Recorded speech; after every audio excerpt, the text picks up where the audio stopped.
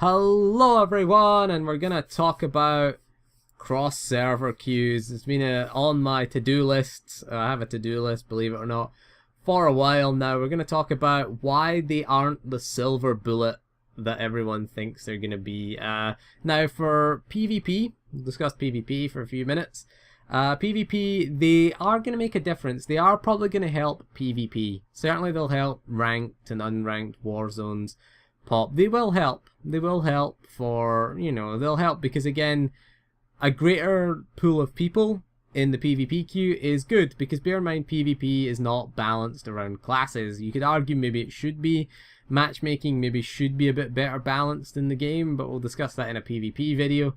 But yeah, it's gonna make a difference to the queue times. Whether it makes a difference to the quality of the PvP that you're gonna experience, I don't know. I don't really do PvP that often. Anyway, if I want to do PvP, I'm gonna play something else. Simple as that.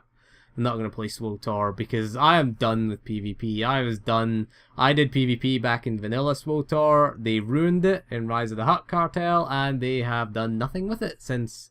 Really, they don't give a shit. They seem to balance classes around PvP, but they don't produce actual content for it, so fuck it. I've done all the, I'm bored of Alderaan Civil War, of, what is it again?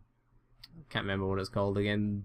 Void Star, the Gree one, the Huttball one, the two Huttball one, the two Huttball war zones. You've got your Denova one as well, and it's like they're boring and they're stale right now, and that's why I don't do PvP, because I'm sick of all the maps. We've done all the maps and bored to death of it, to be honest with you. Can't be arsed with it anymore. That's why I don't do it. I don't do it. I did it quite seriously. I had some Elite War Hero gear. I was working on my Elite War Hero set when 2.0 launched, and they put Bolster in and just invalidated all your PvP work. And it was like a big fuck you to PvPers. So we have to start our gear grind from day one, and all our gear is meaningless, and we got bolster, so it doesn't mean anything. So having expertise in your gear, you can get killed by someone in level 45 blues. Kinda sucked, to be honest with you. Killed it for me, killed PvP dead for me. I don't want to go and grind my gear again, to be honest with you. I want my current gear to have some value in PvP, so we will talk about that later on. We'll do another video on PvP, but having a larger player pool is going to help for PvP. Now PvE, I don't think it's gonna, it may make a little bit of a difference, but it's not going to make a huge difference. We'll tell you why. It's all about proportions. It's all about the proportions of tanks tanks and healers compared to the proportion of DPS players. If you're a DPSer, it's not going to make a huge difference. If you're a tank, you get instant pop queues anyway. Cross server will not make any difference to that, because it just means there's going to be more DPS in the queue, and that's basically it. That is what the difference. It won't really make a huge difference.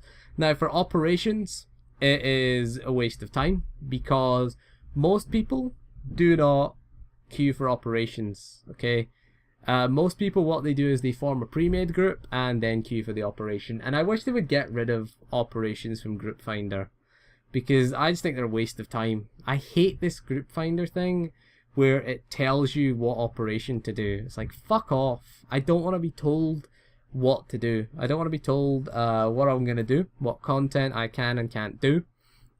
But that's what we're getting right now. Oh, you want to do Ravagers tonight? Tough shit. Terror from Beyond is the Group Finder up. Good luck finding a pug for Ravagers, because you're going to get more ultimate comms. You're going to get 14 extra ultimate comms by doing Terror from Beyond. Doing a level 55 operation, you're going to get no gear from it. I want to gear up an ult. I want to do Ravagers tonight.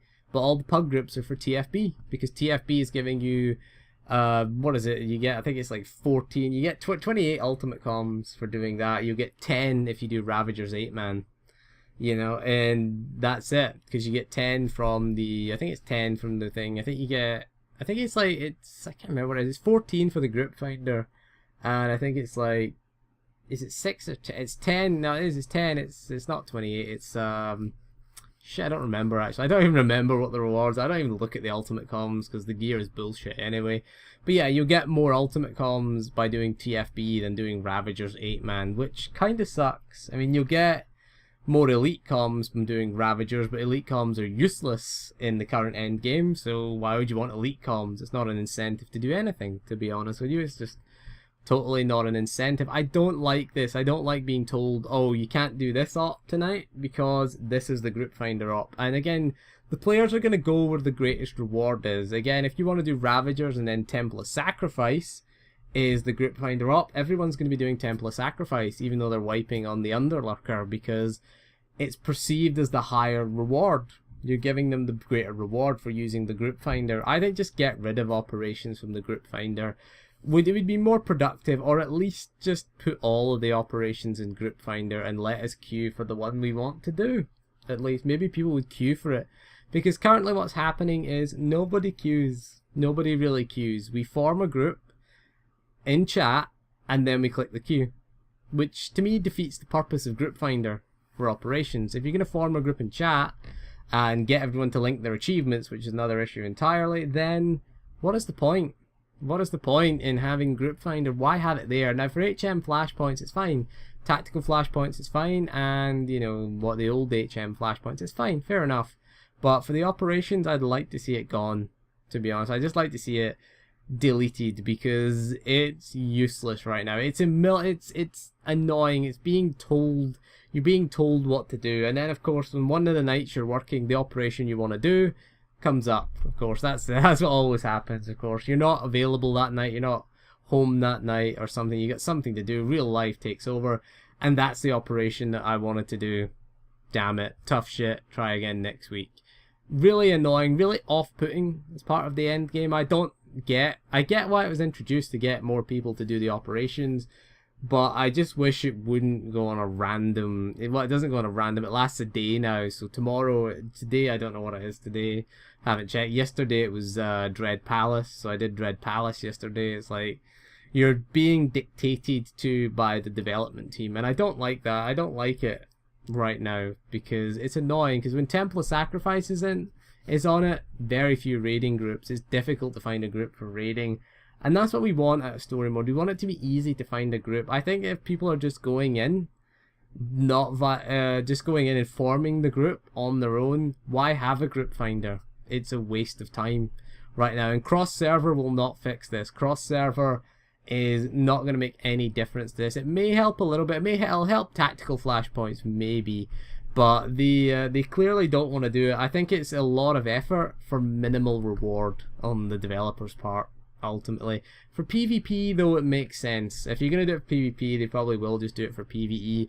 Now I know World of Warcraft does it, but again, World of Warcraft has a larger pool of players, and what World of Warcraft does for their group finder, if you look at the dungeon finder or you look at the raid finder, what you'll see is if there is a shortage of a certain role, so say there's a shortage of healers, you will get a bag for queuing as a healer. The bag will have random things in it. It has a chance to drop a piece of gear that would drop in the whatever tier of LFR you're doing. If you're doing High Mall or Blackrock Foundry, I think the other one is. So if you're doing High Mall, you might get a chance to win a piece of High Mall gear. If you're doing a Heroic Dungeon, you'll get a piece of Heroic Dungeon gear. I got a trinket out of it on my newly dinged level 100 Shaman. Got an item level 630 trinket because I queued for a Heroic Dungeon and there was a shortage of healers. I also got you get some gold out of it as well. I think you get other things as well. There's other things in the bag. Maybe the same for Swotor might help with it. I think that's got to be a better first step. Maybe put maybe some Masashi Mark II, you know, give you a Masashi Mark II piece, or maybe, you know, something like, maybe more ultimate comms is not really going to be the answer, but I would suggest maybe a random Masashi Mark II piece for the spec that you queued as. So if you're a tank queuing as a tank, you'll get a random Masashi Mark II tanking piece. You might be a piece you've already got, but you could at least pull out the mods. You know, just put that in, as put a little bag that you get, a little lockbox that you open, and it's got a random Masashi Mark II piece in it. It must be for your class, current spec, so you can't just get DPS gear out of it.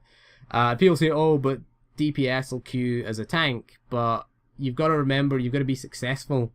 You've got to be able to do the flashpoint. So if a DPS queuing as a tank, you know, you wipe probably. You probably end up wiping unless you're like really way over geared. But then again, why would you need Masashi Mark II if you're way over geared? There's no point in queuing then as a tank DPS. If you don't queue as your role to get the reward, you're going to be found out and you're going to be kicked from the group. So again, it's going to be tough. I mean, if a healer, a DPS is queuing as a healer, then, you know, you're going to find out fairly quickly. You know, you're not going to be successful and you're not going to get your reward. So it will maybe an issue if it's first launches, but it'll certainly be stamped out as it goes on. And again, you could have things like Proving Grounds. Again, World of Warcraft has that. You know, the Proving Grounds, you have to have at least a silver medal if you're going to queue for a heroic dungeon in World of Warcraft. So that would be I think that would be a good thing to add to SWTOR as well. You know, Proving Grounds, you know, reach a certain standard, so that way you know that tanks and healers that are queuing are of a certain standard, the standard that's expected. Now, they're not hard in World of Warcraft, let's be honest. I've done the healer one, for the Paladin, I've done the DPS one for the Paladin, I've done the healer one for the Shaman, because I've got 2 level 100s, and they're not hard. They're not hard to get. It's fairly sensible stuff. You have like cleanses to do, you have a bit of burst healing, you have a stupid DPS that stands and things. This is NPCs that we're talking about that you get. You basically heal a group through waves of enemies, heal a bunch of NPCs, you'll have an NPC tank, you'll have NPC DPS, and you'll have to keep them alive basically. And manage your resources as well while doing so. So again, it's a little bit of it's okay, it's not a huge challenge, but it's interesting. You get things like cleanses, you get a bit of burst healing to do on the tank, you've got like DPS that stands with fire that has to be healed.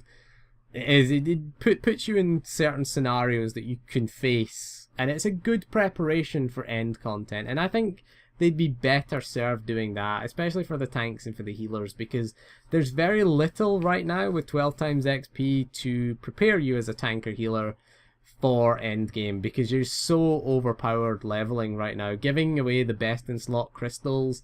The combination of the best in slot crystal giveaway and the 12 times XP, PvE is very trivial right now while leveling. It's complete and utterly trivial. It's a joke. The flashpoints that you do, the normal flashpoints, if they ever pop, if the queues ever pop, that is, then they are very, very trivial at the moment. And Kuat Drive Yards is not a test of skill whatsoever. It just isn't right now. So that's why we're finding ourselves struggling a little bit at endgame to find good quality people for doing operations with. And I think that would be a better improvement than cross-server. You know, improving the quality of the player base, just education, just provide tutorials for these people, help them out, you know, have a DPS proving ground.